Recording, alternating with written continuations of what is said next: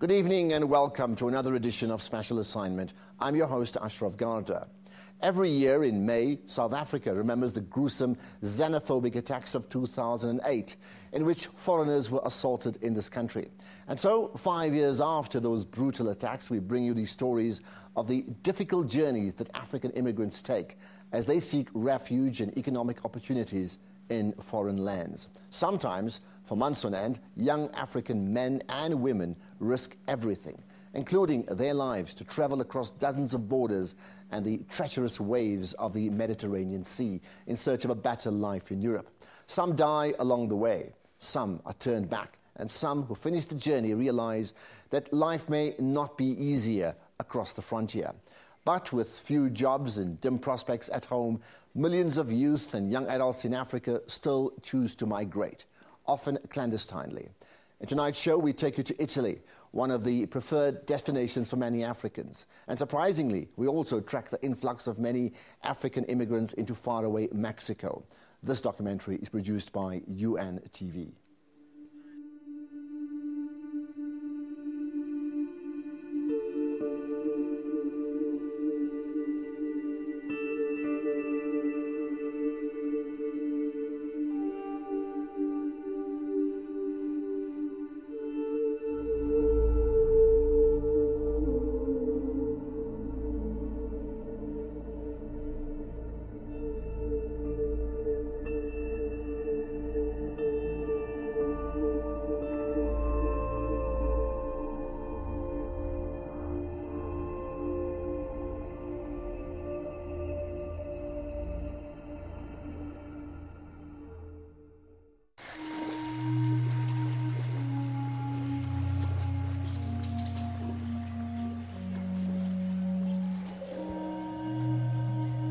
It's dawn on the Guatemala side of the Suchiate River.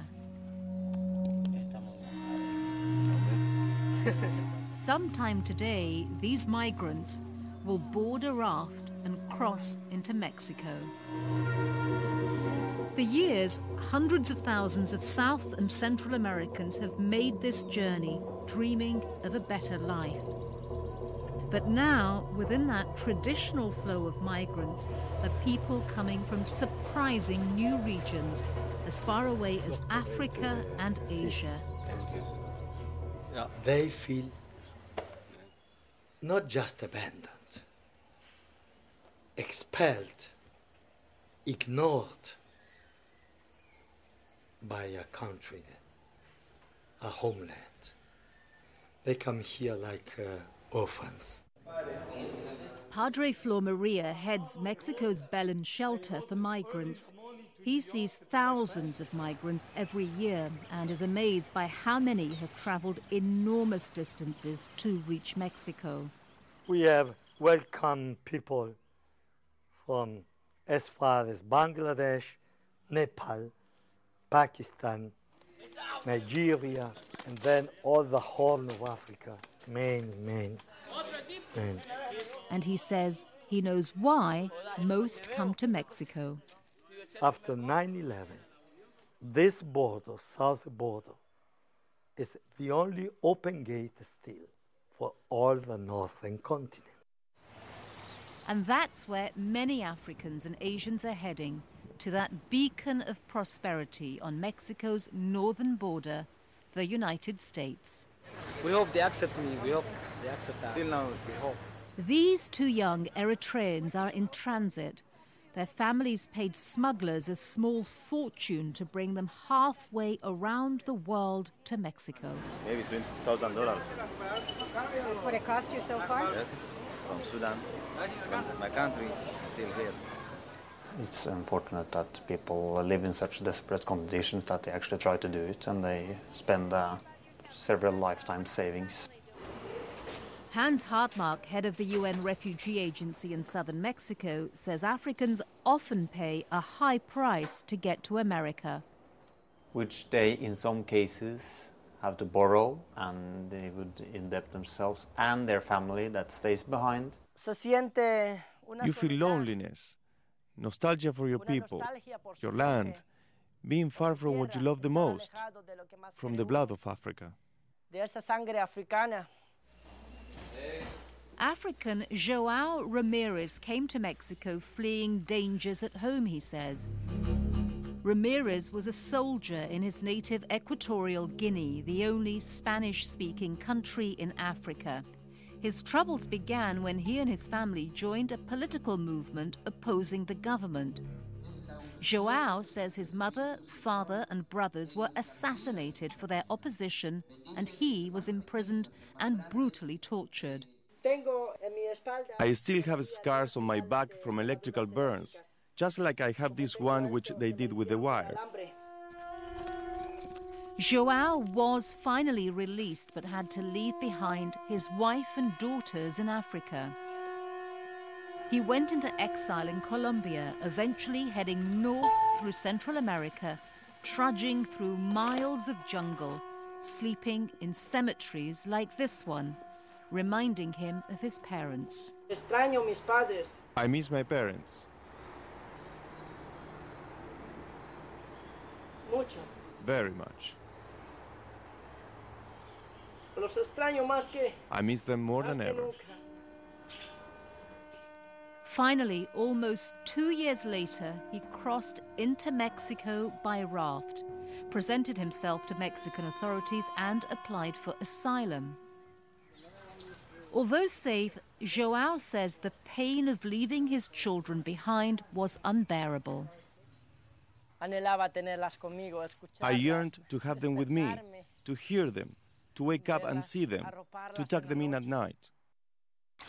João urged his wife Rosa to sell their house back home to pay the family's enormous travel expenses to meet him. But with his asylum status still in question, Rosa and the girls, with friends' help, had to resettle in the nearby country of Honduras.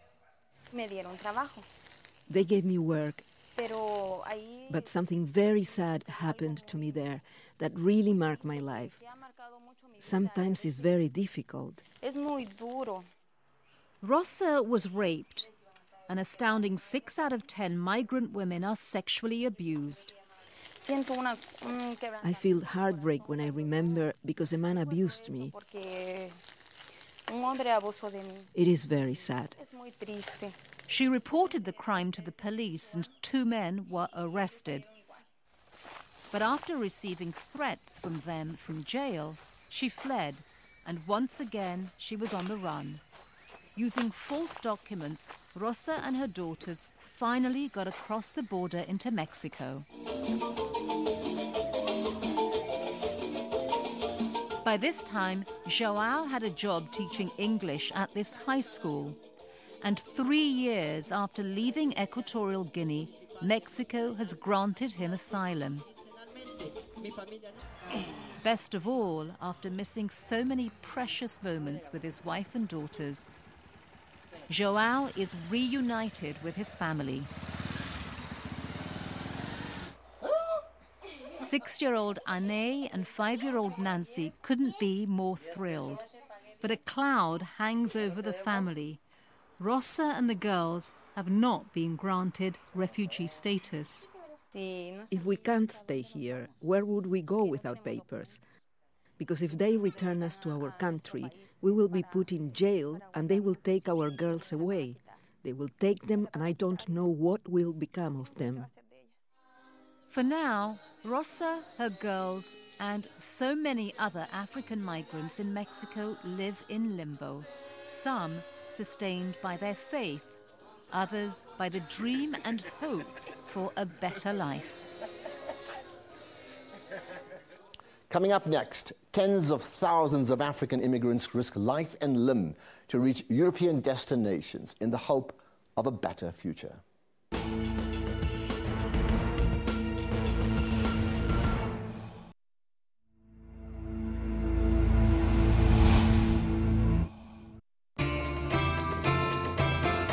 In the middle of the Mediterranean Sea lays the small Italian island of Lampedusa. Blessed with sandy beaches, turquoise waters, and blue skies, it welcomes tourists seeking that dream vacation. But Lampedusa, a mere 70 miles from Africa, is also the target of different kind of visitors. Thousands of migrants who risked everything to embark on a desperate and dangerous journey from North Africa with no prospect of return. People like Francis and Rosalind Okoronkwo. It's like your world is coming to an end. If you want to die, maybe that's how God wants you to die. I thank God for being alive today to talk. Rosalind and Francis are among tens of thousands of asylum seekers and refugees who, fleeing unrest, poverty or religious conflicts, have attempted the deadly crossing from North Africa to Lampedusa, seeking both safety and a better life in Europe. They came largely in an exodus in 2011 as governments across the Arab region of North Africa were toppled in what became known as the Arab Spring. Most people fled on dangerously overcrowded boats like these, dumped in plain sight after reaching the port area. Barbara Molinario works with the United Nations Refugee Agency, UNHCR. Often they do not leave with sufficient supplies to reach Italy, so by the time they arrive, they have finished water and food. UNHCR estimates that from April to September 2011 alone, almost 2,000 people died at sea. The Italian Coast Guard was on alert, circling the waters. We saw a helicopter was rounding us, so we were like begging them. One of the helicopters, like this one, spotted Rosalind and Francis's boat and urged a Coast Guard vessel to rescue it. Rosalind and Francis's long journey in search of safety began in 2006 in their native Nigeria, where they lived as a Christian minority in a largely Muslim region. Fearing for their lives, they fled north. If I didn't left, maybe today I would be a dead man. Their terrifying 3-month, 3,000-mile journey through the Sahara Desert, captured by a fellow traveller in this mobile phone footage, shows lifeless bodies of people who never made it out of the desert. The memories still haunt them. Being in the desert, you will be prepared of even drinking your urine because you will be lack of water. Eventually, Rosalind and Francis settled in the North African country of Libya, where their son David was born. But their dreams of safety were once again shattered when in early 2011, the country erupted into violence. We see a lot of smoke, a lot of gunfires and bombs, so we don't know what to do. Rounded up by Libya's army, Rosalind and Francis, like many other black Africans, were forced to flee. Packed on a boat with some 100 others, including their friend who shot this footage on his phone, they set out into the rough waters of the Mediterranean to Italy, not knowing if they would make it alive and, if they did, how they would be welcomed once ashore. You know, being a family man, I have wife, I have baby. How can we survive? In a moment, the high hopes of desperate immigrant families are soon overshadowed by the harsh realities in a foreign and often hostile country.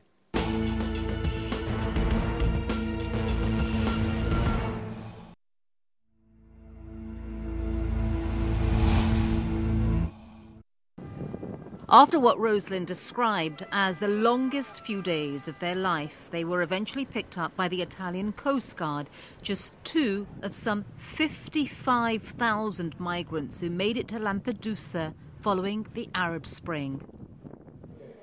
But, says the island's mayor Bernardina de Rubeis, Lampedusa simply could not cope with the number of people flooding in, many of them needing medical attention. They were arriving naked or semi-naked, and we would run home quickly to get blankets or even clothes from our sons' closets to cover them against the freezing cold. Lampedusa's one small local hospital was overwhelmed and ill-equipped, and the island's 2 detention centres were soon filled to capacity. You can only imagine the subhuman conditions of the migrants, forced to live on the streets in the winter cold, since the reception centers weren't able to cope. As the arrivals continued from North Africa, tensions in Lampedusa grew. With an economy surviving largely on tourism, images like these of migrants flooding the streets hit television screens around the world.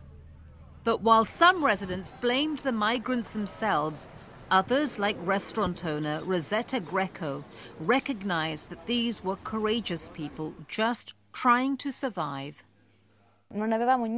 We, citizens of Lampedusa, didn't have anything against the migrants. We were very upset at how poorly our government had managed this crisis. But many Italian politicians say that Italy, itself in the midst of economic turmoil, simply cannot cope with the sheer numbers of people seeking a safe haven on their shores. Italy has been dealing with the immigration problem all by itself, especially on the financial level, with resources we are taking away from our country. Angela Maraventano was a member of the Italian government coalition that dealt with the early 2011 immigration exodus. For every refugee, the government says it spends some 55 euros a day, adding up to tens of millions of euros a year. A large sum, agrees Francis, but money that's essential for migrants like him and his family to survive. We only need a place we can stay and our life will be saved and we can work and take care of our family. Now safe in this Jesuit-run shelter in Sicily, they have applied for political asylum, claiming they'd be persecuted should they be deported back to their native Nigeria. If their claim is accepted, they may be granted legal status in Italy, but because of a backlog in asylum applications, the response to their request can take several months. Oh, my soul is crying. Until Francis is granted asylum, he's not allowed to work, and his family's future, like that of so many other migrants here, remains in jeopardy. I cannot continue like this to be take care of my family. He's my only son. It's the only thing that God used to bless me for now. To the line.